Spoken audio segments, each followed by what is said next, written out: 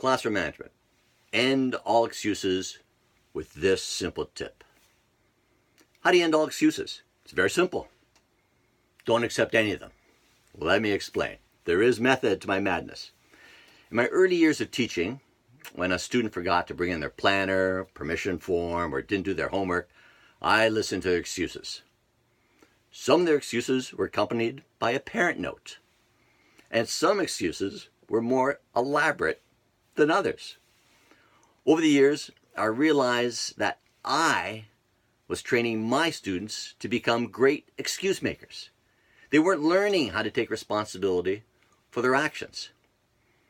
I changed all that by not accepting their excuses. This is what I did. I met my students at the classroom door.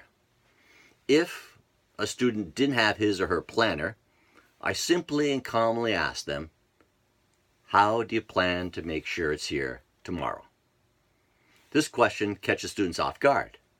They've been working on using their excuse with you because they think they're going to get into trouble with you. Instead, here's an opportunity to teach and develop problem solving with students.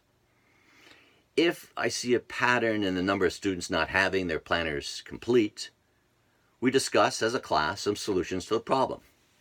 Doing so may simply be a matter of putting the planner on the kitchen table every night before going to bed, or asking a parent to sign it first thing in the morning. Your class will come up with many other innovative solutions. I use this strategy for other situations. One student forgot his lunch. I asked him what he planned to do about it. He said he's going to call his mother to bring his lunch for him. Instead, I asked if there was another solution. He looked at me and said, no. He always called his mother to bail him out. That was his one tried and true solution to most of his problems. I asked the class to help and brainstorm ideas. One student said they had an apple they could give him. Another student had half a sandwich to share. Another one had a cookie.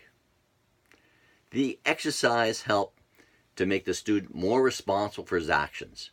It was also a class-building exercise.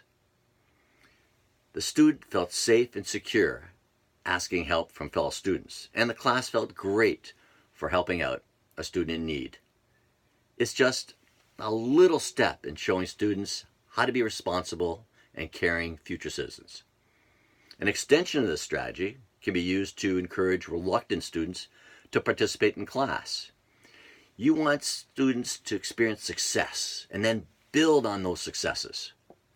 When I had students who didn't want to give an answer in class or write an answer on the board, I told them that they could bring a friend up to the front with them or call a friend for help in the class. Sometimes I would whisper the answer to them before class started to encourage them to participate. It went something like this.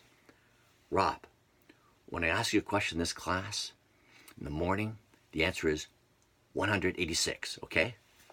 And that's how you get a student from, I ain't doing that, to Mr. Glavac, look what he did. It's baby steps, trust, matching task to ability, praise, and reinforcement. Until next time, talk to each other, support each other, take care of each other.